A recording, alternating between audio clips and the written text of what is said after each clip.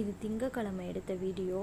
நான் நாளைக்கு வெற்றிலை தீபம் போட போகிறனால முதல் நாளே அதுக்கான வேலைகள் எல்லாத்தையுமே முடிச்சு வச்சுருவேன்.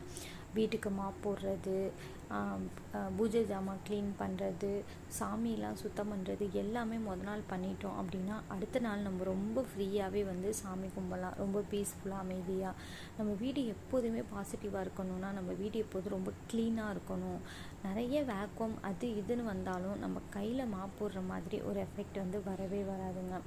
இப்போ பார்த்திங்கன்னா ரூம் எல்லாம் மாப் போட்டாச்சு. கிச்சன் ஃபுல்லாக மாப் போட்டுட்டு கிச்சன் கவுண்டர் டாப் ரெண்டுமே நீட்டாக க்ளீன் பண்ணி சாமி செல்ஃப் எல்லாமே நீட் பண்ணியாச்சு.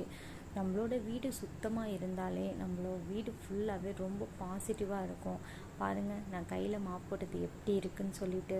இதெல்லாமே கவுண்டர் டாப் எல்லாமே நீட்டாக க்ளீனாக விம் லிக்விட் வச்சு நல்லா க்ளீன் பண்ணியாச்சு. இங்கே கவுண்டர் டாப்பில்